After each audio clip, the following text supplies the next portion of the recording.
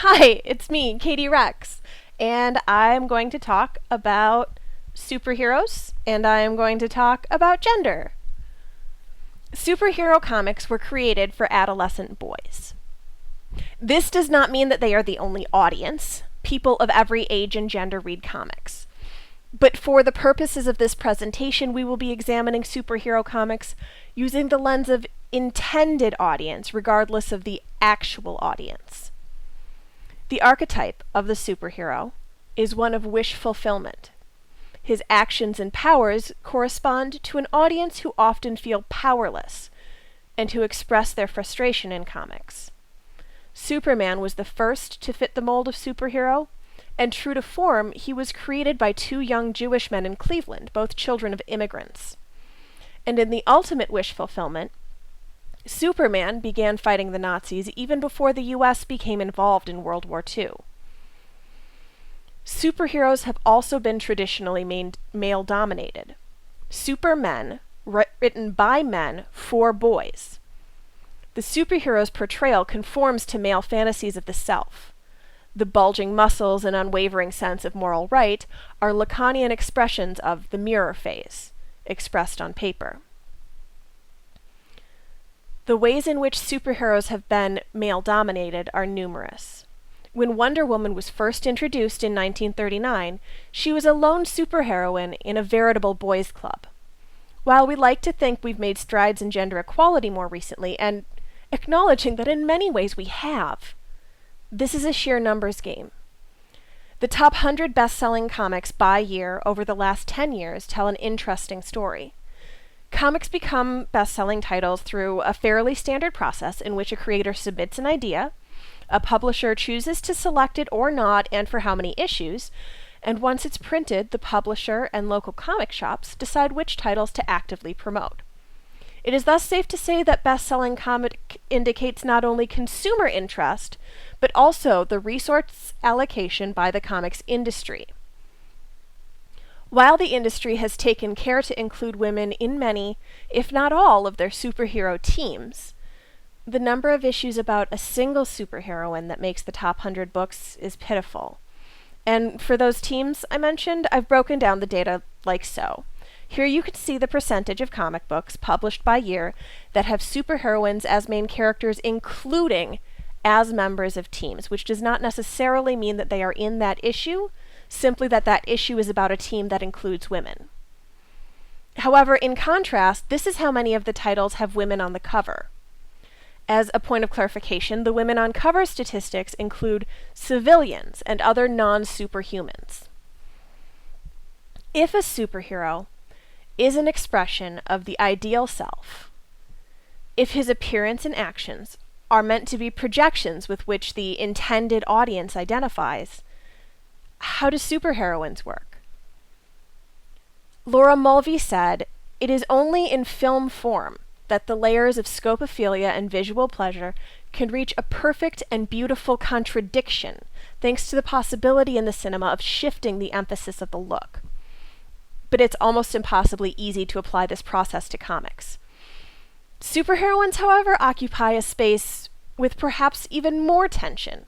Their actions and powers define them as anything but passive, but their costumes, poses, and angles are coded for strong visual and erotic impact, so that they can be said to connote to-be-looked-at-ness. This impact varies based on the superheroine and the way in which her gender is visually expressed. In Carol J. Clover's Men, Women, and Chainsaws, she expands on Mulvey's discussion of the role of a woman's body under a media-induced male gaze. In horror movies, specifically B-grade hyper-violent slasher films, a uniquely gendered trope has been created, the female victim/hero. No pun on the slash.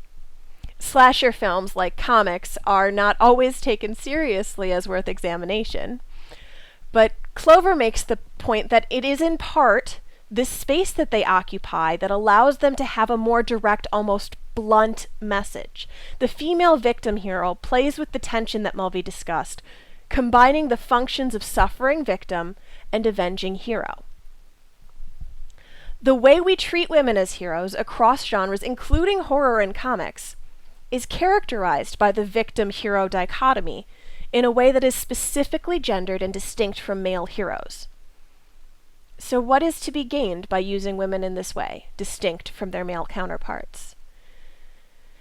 It's not specifically or only the way in which these women are written that makes them unique, but also, importantly, the way that their intended audience, adolescent males, is able to engage with them.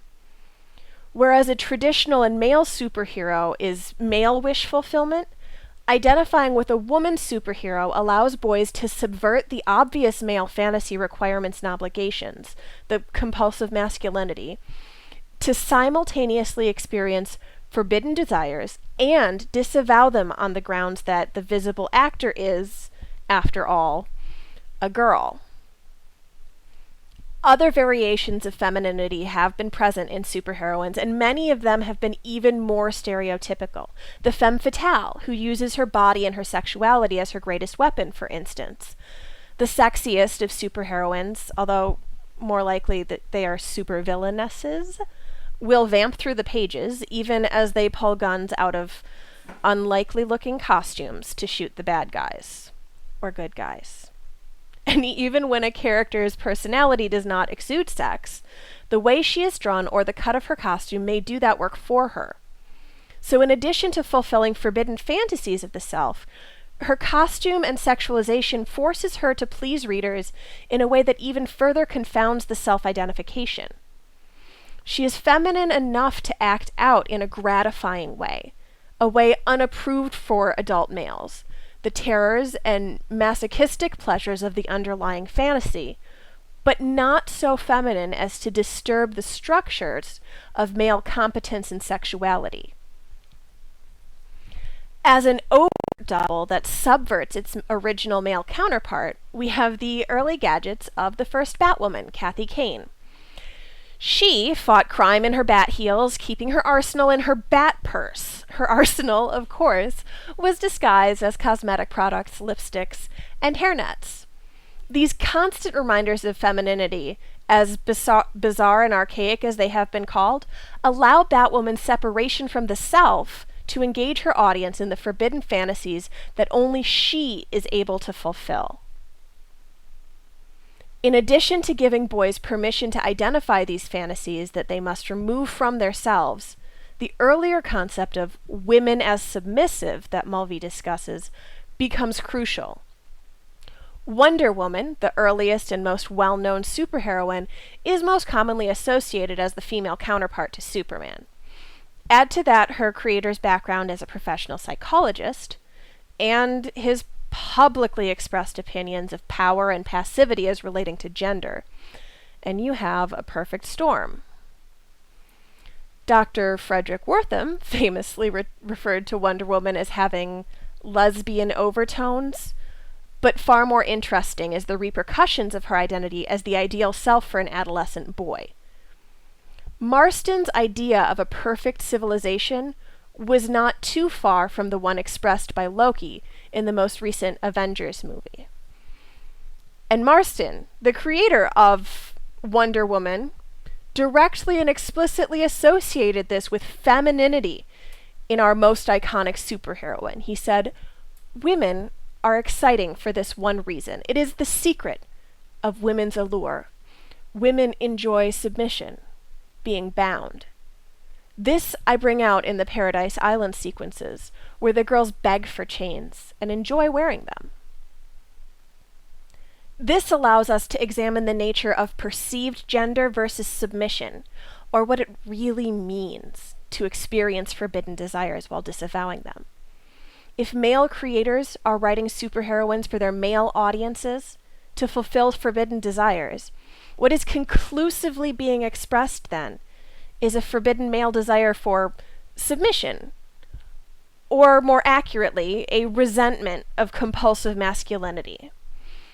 Superheroines and their representation in the comics world are commonly discussed as important for little girls, for young women to see and self-identify to validate self-rescue. It's clear, however, that superheroines are also crucial for adolescent males, Because as much as the extreme feminization of superheroines in unlikely heels and bustiers may seem superficially to teach the audience how to perceive and treat women, they're also an important alternative to the obligations of identifying with compulsive and obligatory male supremacy.